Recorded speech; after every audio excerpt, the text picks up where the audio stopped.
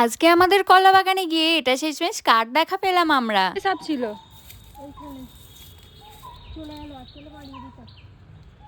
So hello everyone, কেমন আছেন আপনারা সবাই? আমার আরও একটি নতুন ভিডিওতে আপনাদেরকে জানাই অনেক অনেক স্বাগত। আমার চ্যানেলে এইরকম ভিডিও হয়তো আপনারা এই প্রথম দেখছেন। আজকে আমরা চলে গিয়েছিলাম আমাদের কলা বাগানে। শুধুমাত্র কলা বাগান বললে ভুল হবে, এতটাই বড় এই জায়গাটা এবং প্রায় সব রকমেরই গাছের চাষ রয়েছে এখানে। প্রথমেই বললাম যে আমার চ্যানেলে হয়তো এইরকম ভিডিও এর আগে কখনো দেখেননি, তার কারণ হচ্ছে আমি নিজেও এই জায়গাটায় অতটা বেশি যাই না। আর এসেই দেখছিলাম যে কলা গাছে কত কলা হয়ে রয়েছে। আমি প্রায় 3 বছর বাদে এখানে এলাম। আমি নিজেও এখানে আসি না, তার পিছনে অনেক কারণ রয়েছে। প্রথম কারণটা তো এই ভিডিওর প্রথমেই দেখতে পেলেন, অনেক সাপ রয়েছে এখানে। এছাড়াও আরো অনেক কিছু রয়েছে যে কারণে আমি আসতে একটু ভয় পাই। এবং আরো একটি কারণ যেটা হলো, এতটাই বড় বাগানটা আপনি যদি একা একা আসেন, কোন দিক দিয়ে ঢুকেছেন এবং কোন দিক দিয়ে বাইরে বেরোবেন তার পথটাই ভুলে যাবেন। আমি তো বেশি ভিতরে যাইনি বাগানের, তবে এসে ভীষণ ভালো লাগছিল। চারিদিকটা সবুজে মোড়া, আর এখানে কত ডুমুর গাছ রয়েছে, গাছ ভর্তি কিন্তু ডুমুর হয়ে রয়েছে। আর গাছের ওপরে লতানো গাছের ফুলগুলো হয়ে এত সুন্দর দেখতে লাগছিল গাছগুলো। আর এই যে পুকুরটা দেখতে পাচ্ছেন, এই পুকুরটায় এখন রঙিন মাছের চাষ করা হয়েছে, তাই জন্য গোটা পুকুরটাকে এইরকম জাল দিয়ে ঘিরে দেওয়া হয়েছে। আর একটু আগে যে বস্তাটা দেখছিলেন তার মধ্যে কিন্তু রঙিন মাছের খাবারও রয়েছে। আর এই দেখুন আমি এটা কি পেয়ে গেছি, এখানে একটা শুকনো নারকোল পড়েছিল,